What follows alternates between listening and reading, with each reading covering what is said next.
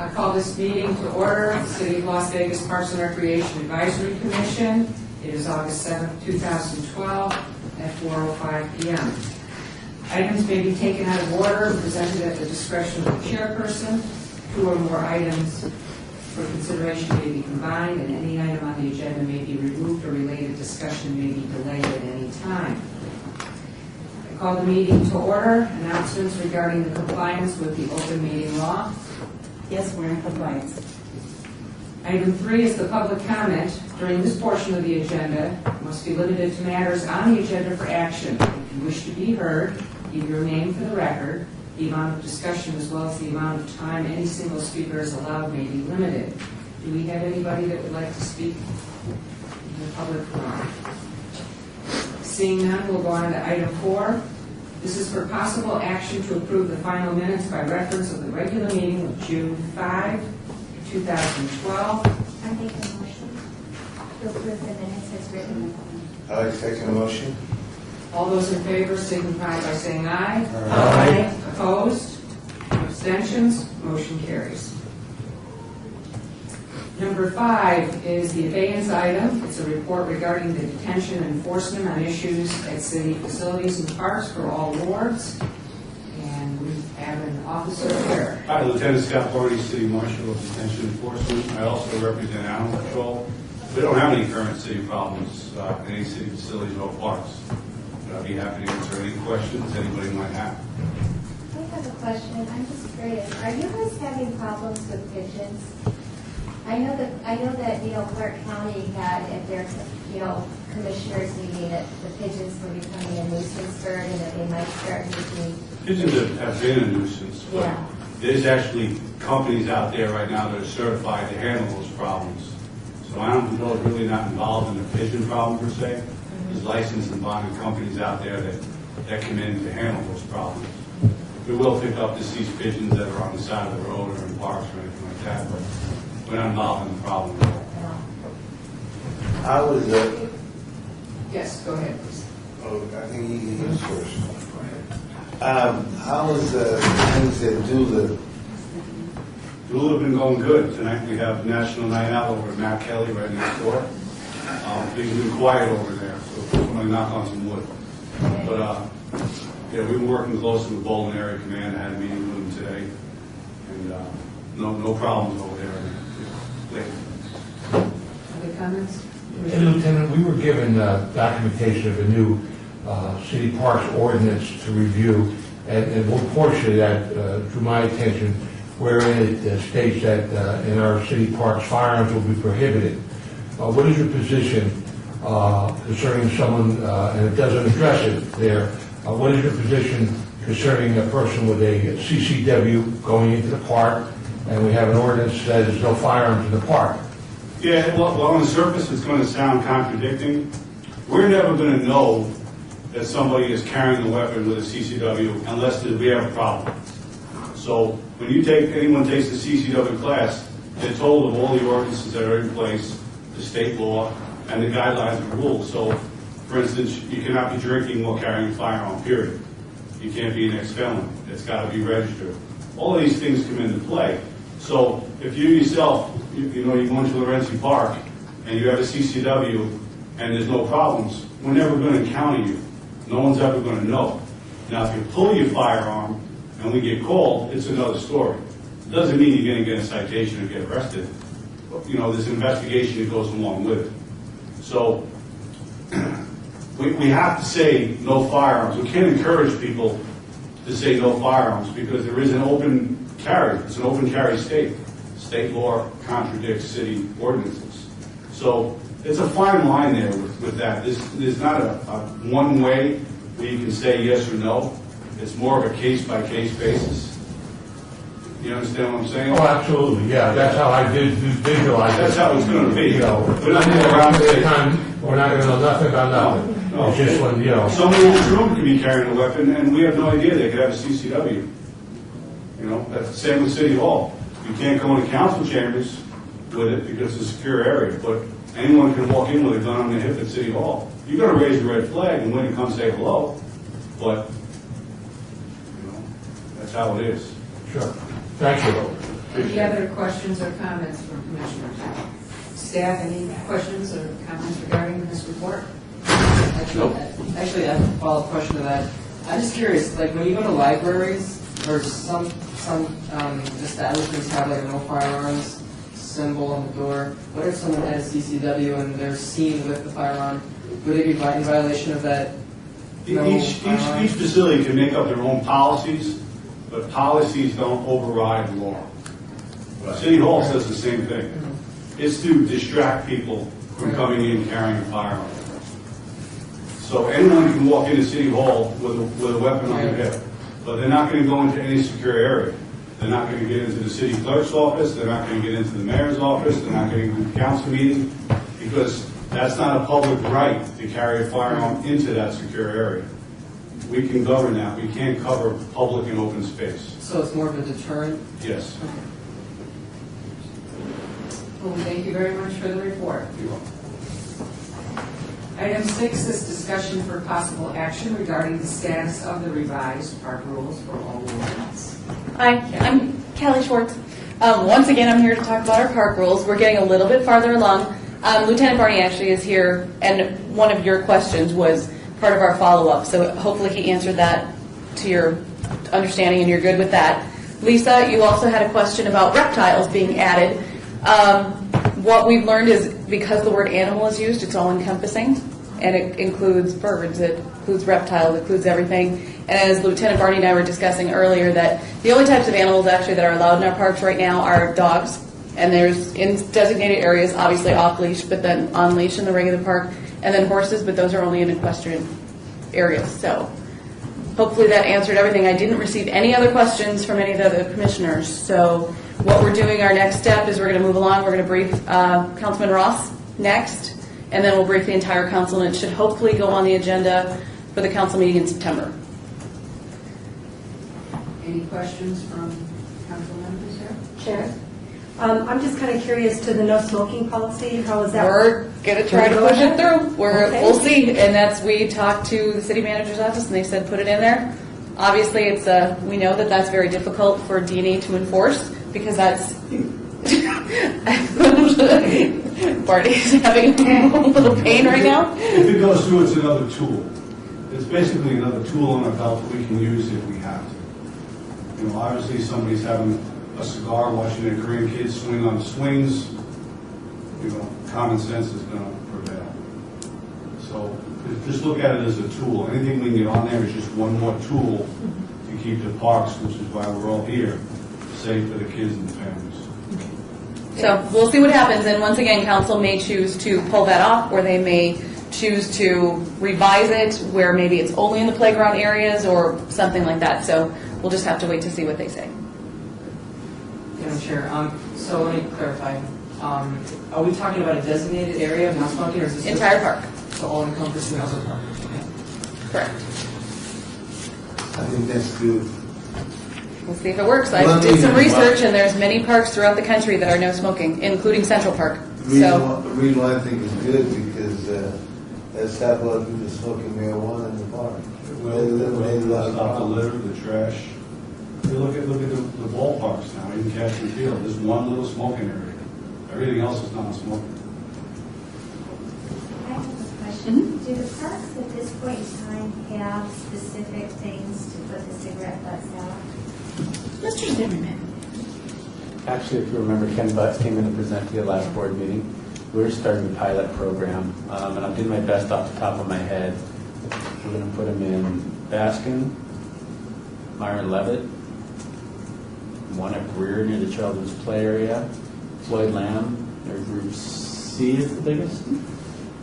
And I'm missing one, one outside this building, we call it the Smoker's Bench, but behind us is the employee speak. As part of it, if you'll recall, as part of his presentation, they remove and document. We're curious, we don't know whether it's going to be used, but we used money from the sustainability office. They have a certain amount of money to look at sustainability efforts and keep the city green. We'll be interested in the data. The reason the parks were chosen is because Myron Levitt, this is intuitive, but I'm guessing that if you're going to see smokers, you're going to see it happening around bocce and horseshoes. And we had the layout of Myron Levitt, we had bocce horseshoes, and then a picnic pavilion. So we're curious to see if that gets used. Breer is kind of a passive park, but is steadily being used as an active park with a lot of soccer going on out there, but it's not permitted. So there's a high cross section. Floyd Lamb, because it's our biggest regional park, and it's got the biggest gathering area for picnics. And the one out behind this building, only because we have what Ken showed in his picnic is the plastic ashtrays that wash away. So we're curious just to find out the results of that, and then if it goes further, we'll one will report back, but two, we'll see if they're being utilized. So. That'll create an interesting catch-22 dilemma, because you want to do the right thing, and I think you are doing the right thing, but at the same time, that if you prohibit smoking in parks, but you're providing a place for smokers to put their butts, then you're getting kind of a mixed message. So I just thought that that's just an interesting concept to think about. That might be something that might be brought up to the city council, that you would have to have a procedure on how you do want to deal with smoking in the parks as well. I think and I think Lieutenant Barney speaks to it too. It's one thing to have the ordinance, but the enforceability, and two is, I'm not a bocce player, but if you go out and watch the Italian American Club, they've got a glass of wine and a cigarette. It's part of the culture of it. And we'll think universally that it doesn't make sense for me to be smoking watching my child play soccer, and it doesn't. But we'll make a sweeping law that I can't smoke in the park, and at the same time, it's really impacting the Italian Americans who are out there with their cigar or their cigarette, and it's very much a part of their culture. Those are a lot of the intricacies when we make those broad steps about what's good and not good in a park. There is.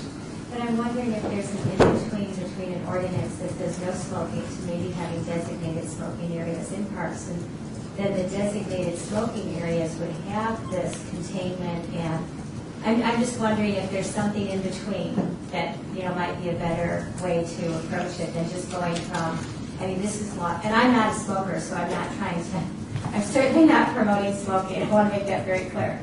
But at the same time, I think to expect people to just stop smoking in parks is probably unrealistic in this town, and that maybe having an in-between where you have designated smoking areas might be a way to approach it.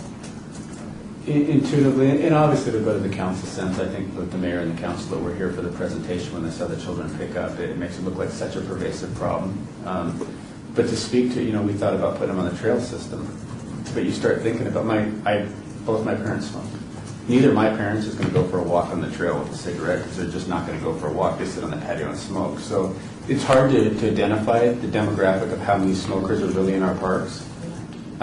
And how many are using it. It's kind of counterintuitive to the culture of exercise. It's mostly the passive use of it. And going to what you say is, I think from a Parks and Rec perspective, is we would probably share that we would put the smoking, they're called bobs, the big cigarette ashtrays he was showing.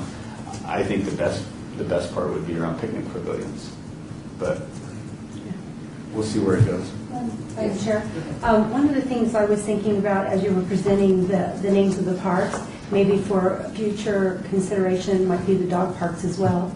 Kind of my observation when we take our dogs over to the dog parks, that seems to be another kind of semi-passive activity where people have a longer duration of stay. I was also thinking when you selected Floyd Lamb Park, that's probably a good choice, because the duration of stay at Floyd Lamb is usually longer than a shorter stay for maybe a drop into a tot lot or something with your child. So I think you've selected some good locations, so that in mind. And then Commissioner Sherman, I was also thinking that from the presentation that the business owner brought forward was, if you have a no smoking ordinance in the park, you can kind of see the logic that says if you're going to say to a park attendee, or they notice the sign once they get there, then they have a place to put that cigarette butt. So that might be another way to think about the benefit of having a container in the park that says, oh, I'm smoking in the park, I've already lit up my cigarette, what do I do with it now? And then if they have a place to extinguish it and place it, then that also prevents it from being on the ground. And I think maybe after the word gets out and visitors do repeat visits, they just probably will smoke in their cars or at their previous location, and then come and have their enjoyment in the park and go. So that's just kind of my thought after you presented your comment. Thank you all. I think you have our input. We appreciate I will tell you, once it is, once we've briefed the council, and should there be any significant changes, we'll bring that back to all of you, just so you can see what the final is as well. Item 7, discussion for possible action regarding the status of the listing of Parks Recreation Advisory Board contact information, all awards. Okay, let's start off with the business cards. What we've done, we've made proofs for everyone, so I would just appreciate it if you go through the proof, find your card on there, make any changes that you want. If you want to add any personal information, I received some from David. I don't know if I received, Billy, yeah, from you. So just make sure your cards are correct in what you want them to be. We will have them printed and we'll bring them to the next meeting. If you don't want cards, which is perfectly fine, just cross it out, and that's fine. Then we know not to order them. But at least this gives you an opportunity to review what's on yours. That was our first point. The second one was we have a designated email address now for the commission. That was a little challenging because I wanted it to be something, and everybody laughed at me because it's really long. So I will tell you what is printed right now. All your names are in here as the Park and Rec Board. Your email address was Parks and Recreation Advisory Commission at LasVegasNevada.gov. It flows, but it's like 52 characters. So to put it on those cards, I also got yelled at by the graphic artist. So we've changed it. It's now P&R Commission at LasVegasNevada.gov. It will be redirected should anybody find this. So that you'll notice on your cards is the correct address and the new one that we'll be using in all of them. The question did come up last time as well. We spoke with the clerk's office and received direction that we cannot put a particular ward or we cannot put a particular council person that you were appointed by because you are at-large members. So that's the best that we could do was just list everybody in here. With the address, once again, you'll have your card. Should you want personal information on there, by all means, it's completely up to you. Otherwise, it defaults back to the regular telephone number that goes up to our front desk. We'll take messages. I'm the only person that has access to your email address. So should comments come in, should questions come in, I will forward those to you as individual board members for whatever board that should cover. That's the best way that we could do that. And I think Is that actually on the website? Is that in the news? it'll be, the website has you listed as well, and I don't think we have the new email address on the main website, but I will add that tomorrow. Okay. Thank you. Thank you. I kind of forgot about that part. Yes, absolutely. That's why I brought this. So, any other questions? Oh, and we took pictures. Mr. Armenian, we will, if you would like your picture taken for badges, we will do that. We have a new badge system, so we have to make them ourselves. So we will have those for you as well at the next meeting. Any other questions? Thank you, Kelly. Anytime. Next item, number 8, is report for possible action regarding Justice Myron E. Levitt and J.C. Community Park transportation issues and moving of the park, Ward 3, Councilman Coffin. Madam Vice Chair, I'm hoping in Malcolm's absence that Commissioner Lopez can help me with this one. I think his email actually from Malcolm got placed on the agenda, and Malcolm not being here, I turned it over to Commissioner Lopez if he would be so kind. What happened was we started having movies in the parks, and we just started that this summer, which has become a really great success. We're having a lot of neighbors come out to the parks, and we're starting to get them more usable at Partners Park and then at Freedom Park and so forth. Anyway, he told me that he was planning to have one at Levitt Park, Gary Reese Levitt Park, and unfortunately, he told me that there was no through access onto the park grounds. Now, I took it upon myself to head out and walk the perimeter, and there is entrance on the south end of the park. There is through access on the parking lot. So I let him know that. I took some measurements, and I looked at the entrance, and I just let him know that there is an entrance. I gave him some dimensions and told him, I think that a truck can go through here. So I let him know that, and he knows that now. I don't know what you guys will do with that. I didn't know there was. I didn't know if there was an entrance or not, and I verified that there was. And you guys can, go ahead with that information. So, I think from the board's perspective, just to understand how we all tie together is the Office of Cultural Affairs, OCA, puts the movies on in the park, and then if there would be a need in construction, we need architectural services and public works to redesign the entry or egress way, but I'm not sure if the council wants further review Yeah. of the situation. yeah, I pretty much left it up to him. I mean, I just let him know that there is, I took some pictures, I sent to him, let him know that, again, there is a drive-through, so it'll be up to him to decide how to move forward. I guess I'm not understanding the issue. It says transportation, is that to get the equipment? in for the movies? We have the movie trucks. Okay, and as opposed to getting the public in. Yeah, well, no, just for the movie trucks, Okay. okay, the food truck that comes through. Right, all right. And he was concerned there was a lack of, there was no entrance in their facility. So the vendors are the issue. Yeah, another the issue, I don't know. Okay, now I understand. Any other questions from commissioners? Okay, with that item. We're on number 9, which is report for possible action regarding the outside Las Vegas Foundation agreement to implement Adopt a Trail and volunteer program for purposes of developing a citizen engagement campaign for all wards. Who is presented?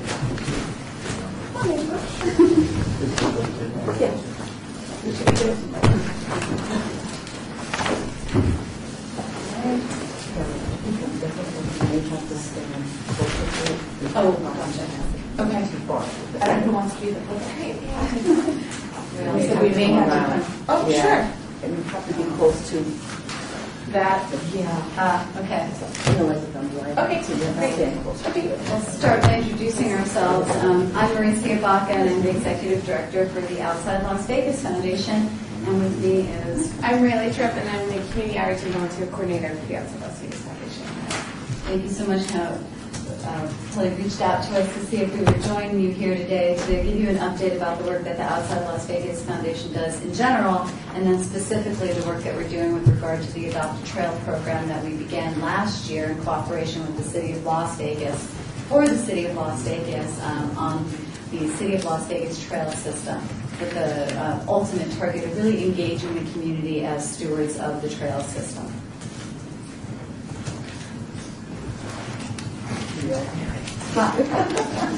Just point. I'll take it. So I'm going to begin with a brief overview of who is the Outside Las Vegas Foundation. We also realize that we have 10 minutes, so I'll keep it really brief. Who is the Outside Las Vegas Foundation? And then Ray, because she is the coordinator for our Adopt a Trail program, is going to flesh out the Adopt a Trail program. We're an organization that's been around since August 2000. We were initially established as a primary partner for our federal partners. But because trails and open space is such an important issue really throughout the entire valley, the scope expanded to bring in work with all of our municipalities. We facilitate something called the Regional Open Space and Trails Work Group, which comes under the Southern Nevada Regional Planning Coalition. And through that group, we reached out and brought together all the municipalities, agencies, jurisdictions to coordinate with each other as we establish the trail system, in many ways to deploy that Southern Nevada Public Lands Management Act funds, those funds that were coming in, and make sure that people were coordinating and they were designing their systems that was seamless. Now that's transitioning because we actually have over 600 miles of trails into getting the word out to our public that we have almost 600 miles of trails in the valley, 60 of which are here in the city of Las Vegas itself. And so we're transitioning from being a facilitator of these processes to offering some programs and working with really engaging the public. Here we're highlighting, we have health and wellness, which involves working with the Clark County School District, some of our federal partners on a program called the Let's Get Healthy in Nature Prescription Initiative, education youth initiatives, community engagement, and regional collaboration. A little bit more information here. So this is our health and wellness. Okay, scooted right past that one. The health and wellness, really part of why we got involved in this, of course, it's a natural tie, health and wellness in the outdoors. Over 35% of kindergartners in Nevada are overweight or obese. That number jumps to 44% for Latino youth. And obviously, if you're starting at that point in kindergarten, you're really behind as you age through your life, and you're really at risk for all types of obesity-related issues. It's a problem for the individual. It's a problem for the community in terms of our expense that we wind up taking on. So we've been working really closely with our partners at the Southern Nevada Health District on inventory and wayfinding, working with programs such as something we did with the Jump for Joy Foundation called Strike Out Obesity. We did Volley Against Obesity, programs open to the general public and youth. We focus on doing these programs on local parks and trails that we integrate the community into those programs. And then Neon's Nature, which is part of a branding exercise that the Regional Open Space and Trails group came together with, and the Southern Nevada Health District, again, has been very active in putting funding from the Center for Disease Control into programs to support this, including marketing, inventorying, and wayfinding, and they've been doing that in coordination with us at the Outside Las Vegas Foundation. So education, again, We're both pushing the. it's a highlight, that's what it is. It's like a little highlight, a teaser of the next slide.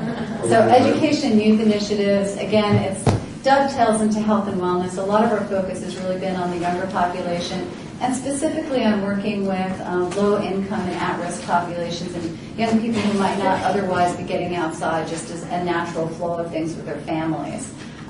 We have a program, again, with the Southern Nevada Agency Partnership.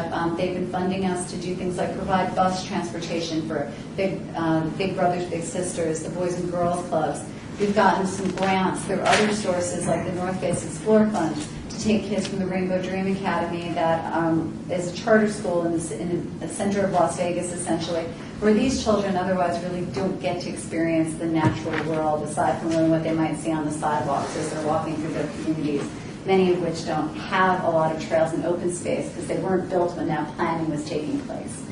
So we've been able to take them out and get letters from them, like they saw their first creosote bush, they saw their first coyote, they saw their first eagle, they saw their first river, they saw their first lake, the first time they saw Lake Mead, and it's just been really exciting. And we're also integrating that into our urban trails program so they get the experience of what's close to home and what's farther away from home. And then again, regional collaboration, I already touched on the Regional Open Space and Trails Work Group, so we won't, I know we only have 10 minutes, so I won't go too much into detail on that one. The Vegas Valley Rim Trail is an example. Not me. It's an example of regional collaboration. It's something that was actually developed initially by our very own Tom Perigo here in the city of Las Vegas. It's one of the, I think, really, it's a brainchild of his. This idea that you could have a trail system that would link what I kind of think of as all the jewels in the valley ultimately, that would go around the edges of the city and bring, of the valley rather, and bring all of this together. You know, we talk about community, and this really is a place-making sort of effort, bringing this trail system together. And I see it as a perfect opportunity so that every time you complete a segment, you can get some stories out in the world about the really fabulous things that we have going on here in the valley. We have received proclamations and resolutions in support of this from every jurisdiction and 4 federal agencies that are our primary partners on this. We completed last year, actually, the naming and branding effort. So before the Vegas Valley Rim Trail, it went through a gazillion different iterations, names that I won't even start pulling out right now, but there was no one cohesive name, and that's really important when you're working with so many jurisdictions. You've got to make sure that everybody's happy with the name that you're going to be branding in their property. So we brought everybody together. We came up with the Vegas Valley Rim Trail. We've had those resolutions come out. We're working with UNLV on an economic analysis right now that's going to tell us, hopefully, what a fabulous success it's going to be. And so far, the information's been really, really promising. And the city of Henderson is actually just about to start labeling the first segment of the Vegas Valley Rim Trail. They're completing a trail called the McCullough Hills Trail, and they're going to call it 7 miles of the Vegas Valley Rim Trail.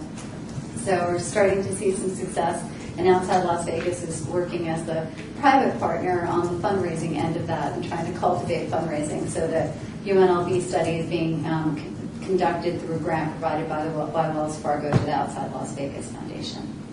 Then, the City of Las Vegas, we began speaking with Tom Perigo and Brian Knudsen last year from the City of Las Vegas about the need to get the word out that there are these fabulous trails and open space opportunities in the City of Las Vegas itself.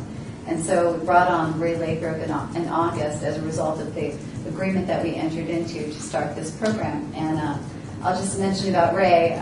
She had been working in the office of UNLV as Civic Engagement and Diversity, in connecting their young people with volunteer opportunities in the nonprofit world. So it came with that nonprofit experience and also with the background in environmental policy and analysis. And she's a native of Nevada, so it's kind of a perfect fit for this position. And she's been bringing that expertise and will now share how she's grown the program in really just a few months, because, as you know, it takes a while to start a program like this. Yes, since August of last year, we've been working really hard on kind of framing and branding and also marketing a program in which we can get residents, neighborhoods out into their local parks, their local trails, and make sure that they feel a sense of civic pride. We're really trying to engage the residents in the community outside of their homes, so eventually they start exploring the greater gems of the Las Vegas region. So we're creating a civic pride program, and that's really exciting here to connect the residents to their own location and also to their neighborhood and to their other neighbors. We feel like it is really strengthening the ties that we have in our community. So, you know, I have 4 bullets there that were just some goals and things that we These are just previews of each slide coming around past you. So here I'll just go into, on our first year of the program, we had 4 trail sponsors identified, and trail sponsorship can be in a mile, 2 or 3 increments. So there's more than just 4 trail signs installed, which the Public Works Department works with us on installing. We got this logo designed by a professor at the time at the University of Nevada, Las Vegas, in the landscape architecture department. He kind of reminiscent of the Neon to Nature logo, so that you can kind of see the similarities that this is part of a larger system. That was very intentional. And you can see that the blue color is just great against our skies. So this sign actually right here is installed on the Las Vegas Wash Trail in Ward 3. We have others installed in Ward 2 and Ward 4, I believe. They're starting to get prevalent, and we're put them on every access point of the trail, so that no matter where you come into the trail, whether it be something of trailhead or a designated park in which the trail starts, you can see it from all the points that you do walk it. We're excited about the potential of expanding this program, and I believe all of the trail sponsors that we captured in the first year will remain trail sponsors for the second year as we continue to develop the infrastructure for renewals or multi-year sponsorship. Great. So another thing that we've been doing, Who designed the logo? it was actually a professor at UNLV. Was he a professor of art or? No, actually, he was just landscape architecture. He But has very got a artistic. great eye for design. He helped us work with some students in creating a large map of all of the trail access points and trailheads in the entire valley last summer. And then he helped us with his students creating a new map that I'll show you in a I second. just want to say that you guys might want to see if Stacy can help you do a little article for maybe the review in the Review Journal. You guys have gotten some publicity already, correct? We have related to some other programs and events that we've held. And there was some publicity initially at the launch of the program, Yes. and then after the large volunteer day that Ray put together, but I think it would be great to get another pulse out. He volunteered his time to do the logo. Yeah. And that's a nice little human interest story right Yeah. Yeah, yeah, and his students worked with us on the map that you see right there as well. Exactly. So we realized that for trying to sell this program to residents, we have a lot that don't actually understand where the trail system is, how it connects to the parks or across the city from one end to the other. A lot of them don't know that you can go all the way from the West Cliff Transit Center down into Valley View, all on trails. And so we really needed to do a lot of engagement on the ground level. And we started a meetup group, which is just an organizing social media really website. And we have 100 people that join us in walks periodically throughout the year. And it's just really nice to show them, not just tell them how it is. So And I'll you lead do walks. assessments of the trail. So we worked with the Parks Department and Daphne LaGarza in creating a conditions assessment. So as we walk it, and now I bring a bucket of goof off. Just that's something else we can do along the trails because we have to maintain our own signs and keep them clean. We do fill out the conditions assessments and then report back to Daphne or other people in the park system to let them know how the trails are looking. And part of that, we realized that the City of Las Vegas trail map was a little bit difficult to read. we wanted to have some student creative input, kind of put together a brand new map. So this just got printed last week, very exciting, a day before the first back to school event, and we're sharing this with all of the Ward back to school events. And I have to say, Ray coordinated really closely with the staff from all the different wards, with the park staff, and this was also done partly as a result of a process with the Regional Open Space and Trails Work Group, because we ultimately would like to get all of the jurisdictions to have some uniforms definitions so that everything can be put on one map system. The previous map, I love engineers, but they don't do real good maps for just regular people. And the previous map had been designed by engineers. So it had dotted lines for the existing trails and solid lines for the planned trails, because that's what engineers do. But regular people think it's the reverse. And they had terminology, kind of engineering and planning terminology. And so we wanted to create something that was a little bit more user-friendly. So you'll notice this map is not the entire city. It's just 3 clusters of neighborhoods that have some large trails in them. It's not broken up by ward. But in the parks included on this map are just the ones you can access from the trails or very close to the trails. So it is not a robust, comprehensive, by no means a replacement of the wonderful parks map that has been created by the city. It's just a new way of kind of framing some of this information. It also does not include any future trails, because we want this to be as current as possible. We want people to be able to know where they can walk and how. And this is going to get people out there right now, rather than getting them kind of disappointed for going to find something that, oh, it's kind of on the map, and then, it's not actually there. Part of the design was also influenced by, if you try and have the entire city of Las Vegas on one map, and you're only showing City of Las Vegas trails, which is the way it's done currently, you wind up looking as though you have these large empty spaces where there are actually Clark County trails or a different jurisdiction's trails. So until we have them all on one system, we wanted to avoid that appearance, which is really misleading, that this trail just ends, because in many cases they actually will link into another jurisdiction's trail. So this is a way of kind of working around that until we're able to bring all the jurisdictions together into one unified map. So in addition to the meetup group, in which we do a little bit of volunteer activity, we have mobilized specific events just for volunteerism and cleaning the trail system. In February of this year, we had over 300 volunteers. Over 400. Well, we had a conference in town of the United Methodist Church, a youth organization actually, the youth part of that church, wanted to do a service project as part of their conference. And so we coordinated with the neighborhood planners to pick 3 sites throughout the city to have cleanups, in which we could get the conference attendees from all over the United States out into our city to see what it's like to live here, to see what it looks like to work alongside community members. And we also recruited volunteers from the general community, from specific corporate groups or citizen groups that we knew exist here, and also the students from UNLV, because they know how to get there. And yeah, we had a wildly successful event, a couple of hours, maybe 300 to 400 people participated.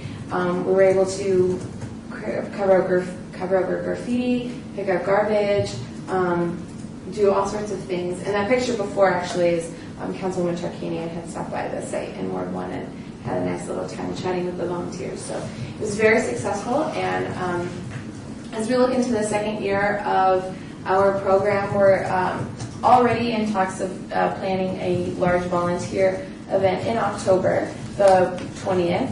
We're working very closely with the Keep Las Vegas Beautiful Committee and the neighborhood planners, and hosting a site specifically for Wells Fargo employees who are celebrating their 160th anniversary and want to give back. And so we're going to do a site with them as we work with the neighborhood service planners. And Wells Fargo is providing a grant in support of the Adopt a Child program as part of that process. And the energy in that last volunteer day that Ray put together, they came out with a crew of 20 people, so they have become sponsors. They're actually much larger than the $2,500 sponsors. They've become very significant sponsors of the program, and they came out with a crew, and they completely overhaul. They painted over a bridge so that by the time they were done, it went from being completely graffiti covered to new. It was wonderful. And they'll be coming back out with us. What's the plan for Weight Watchers? So Weight Watchers, this is a really exciting partnership. They are interested in adopting 3 miles of trails, and we've at this point staked out the Long Mountain Trail that goes through Ward 4 from Kmart up north to Cheyenne. It will install trail signs for Weight Watchers. We're thinking about starting from a park and then actually trying to create a 5K for them. In January, actually, when their membership is as large as ever, they want to offer some events and some new activities for their new members and old members to do. So we're looking at the second or third week of January, so they have a little bit of time to promote it. Advertising dollars are really cheap then. We were thinking about doing a fall activity, but especially in the election year, it would be really difficult to advertise that. So we're looking at January. It's still fine to be outside here in January, and we're really, really excited about the partnership and getting the word out about all the trail systems to all of the Weight Watcher members here in the Valley. So it's going to be really exciting, and they've adopted those 3 miles. And Have you contacted like groups like the Las Vegas Running Club, groups like that?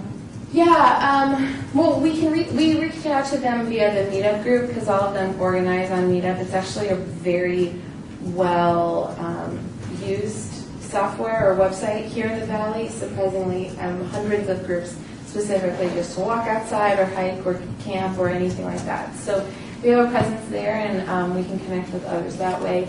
We've also met a lot of the cycling clubs and other things at just some community fairs and events that we do. We do participate in the annual Southern Nevada Trails Day in October. It's hosted in Henderson, but it's valley-wide, and we always talk about the City of Las Vegas program that we offer. And this year we'll be able to offer the Trail Maps, which we're really excited about. And our goal for this next year is to get up to 2,000 volunteer hours. We understand volunteerism is very important to all of the wards and all of the council members, and we want to participate in achieving that goal for this year. That's actually it, I think, yeah. Any questions from commissioners? It's a lot of information. Staff, any comments? Yeah, we're just glad Ladies Are Here is a wonderful program, and we hope to continue to promote it and do whatever we can from our department. I know Daphne's done a lot, and I love these maps. Oh my God. And there's still kind of, it's not, I don't want to say draft form, we tried as hard as possible, but there are some issues, and so, we're totally open to any feedback. Our general phone number is listed on the map underneath our logo down in the left-hand corner of one of the sides. Or I have cards here if anyone wants to be able to contact me directly with my cell or email. Yeah. Because these were done with the UNLV, with the school at UNLV, we can update this fairly easily. For instance, we distributed this at the Southern Nevada Regional Planning Coalition Technical Committee meeting, and we hadn't put a date on it. And there was a great suggestion we should add a date. Yes. We wanted to get it done Exactly. as soon as possible because we wanted to make sure we had them for distribution at the ward events, for the back-to-school events. So we were under kind of a time pressure for that. But it's going to be easy enough for us to revise and adjust. Yeah, and we use our trail sponsorship and program sponsorship to print things like this. Yes. And also window decals for people that have adopted a trail, identical to the logo that gets printed on the trail sign. We have the same thing in a sticker form that we can give people as they sponsor trails. So we're using all of the money that we gather to buy supplies for our volunteer events or promotional materials like that. And Mayor Goodman adopted it. Wow. For her kid's birthday. For her children's birthday. Yes, go ahead. Thank you so much for coming and talking to us about your adopted trail program and what's going on in that area. I love the trails. I've lived here all my life, and I'm a bike enthusiast, so I ride a lot of the trails. And so it's exciting to see that they're going to have people adopt them and care for them, because the graffiti and the trash and all those things just drive me crazy when the people abuse them. Just 2 resources of ideas that I know of personally that might be of assistance to you if you're not already tapping into them is that when I worked in Parks and Recreation for years, I always had the Boy Scout, Eagle Scout mothers and fathers calling me looking for projects for their young men to accomplish. So hopefully you've reached out to the Boy Scout office specifically to engage them. The other thing is the particular church that I'm a member of, they helped with the activity they talked about with the Methodist Church. But just so that if you didn't know, The LDS Church, almost every ward is then a cluster of wards or a part of the state, and they do a youth conference every year in every state regionally. And they're always looking for a service project to do. So they like to be outdoors, they like to have the youth engaged in stewardship over the environment.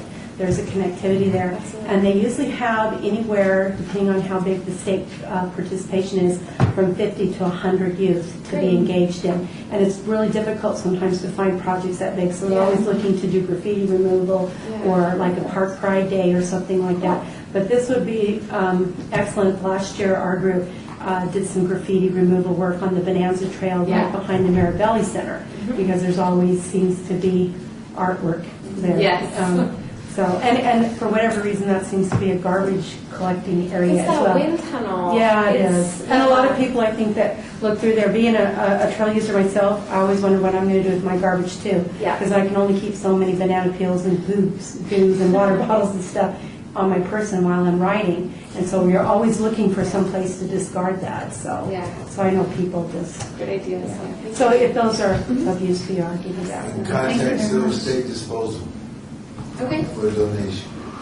Pardon, which company again? Silver State Silver Disposal. State. Okay. Well, Great. thank you. Thank you very much for the presentation. I concur with Commissioner Bastian that one of the most obnoxious things is to go to a beautiful area and then see it tagged or graffiti, so that you have, I noticed on both sides of the map, there's the number to call, so you can call immediately Yeah. and get it addressed. And we find that people just don't know where to get that number, and it really is installed on the trail system, but some people don't pay attention. So the most common question we get is, what do you do when you see something like that? So we're not sure. Yes, sir. Question, curious, what's the cost of sponsoring the mile? $500 for 1 mile. For 1 month? For 1 mile, yep, and then. Oh, it's- for a year. that's Oh, for 1 year, sorry, yes, per year, yes. Great question. Well, thank you very much. Yeah, thank you very much. And I'll leave some of my cards up here, but I'm going to run to the Ward 2 back to school event, so, or Ward 1 is tonight, so that's right. Well, thank you so much. Thank you. Next item on our agenda is number 10, which is citizens' participation. Public comment during the portion of the agenda must be limited to matters within the jurisdiction of the commissions. No subject may be acted upon by the commission unless that subject is on the agenda and is scheduled for action. If you wish to be heard, give your name for the record, the amount of discussion on any single subject, as well as the amount of time any single speaker is allowed may be limited. Do we have anybody that would like to speak under citizens' participation? Vice Chair Buckman, if you don't mind, may I please just verify attendance just for the record, please? Okay, I have present Vice Chair Buckman. Chair White is absent. Additional members present is Member Powell, Member Sherman, Member Folger, Member McCurdy, Member Armenian, Member Lee, Member Bastian, Member Lopez. Other members that are not present is Member Farler, Member Till, and Member Aker, and Member Heeman. Thank you. Did we ever hear about what's going on with? I would just like to add that Lee Heaton has resigned. She sent us a note on Monday, so we'll be replacing her. But we're glad to hear that she was actually okay. Very good. So we were glad to hear from her. Can I bring something up to the citizens? I think we might have had maybe about 30 years of service on the board. I think maybe we should do something as a board to acknowledge her service to the board, and because she was so active in the Rose Garden Society at Lorenzi Park. I would like us to either send roses to her or do something. I just don't want to see her kind of disappear without us acknowledging her service. Is there, could her council person recognize her in front of city council's council person? We can see if we can, Citizen yeah. awards or something? Yes, we For can. years. Actually, that's a wonderful idea. I can look into that. And if possible, we can get her a plaque. I think that goes with it, and then her name is For 30 shown in years of City service. Hall for the entire month. I think that would be fitting for all of her years. Yeah, it'll just depend because they go on a rotation, so hopefully we just didn't miss it. I'll figure out who's next and whatever, and I'll look into that. Okay, very good. Or can maybe invite her for for our next meeting and have a cake for her or something? Just, I don't know, is she mobile?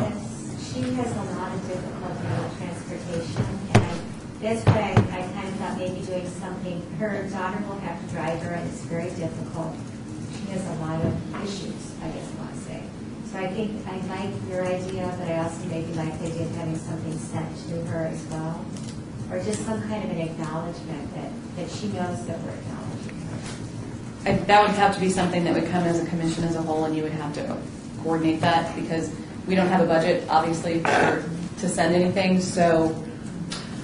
I'll tell you what, if it's okay with you, Madam Chair, be more than glad to work with you on that with an address and pay for that. And then if anybody wanted to donate a few bucks to that, you could just bring it next month. And I'll just tell you that the total amount was, we could agree upon like 50 or 60 bucks, because that's how much a cookie bouquet or roses for a delivery or something like that, or a basket. We might even be able to put something together more affordably. And then everybody can just give a volunteer donation of But why can't we 50 give her a bucks. plaque? Because that's something that she can keep for the rest of her life. We can do, Showing that she served this community for 30 years on this particular board. I'll work on a plaque as well, if that's all right with everybody.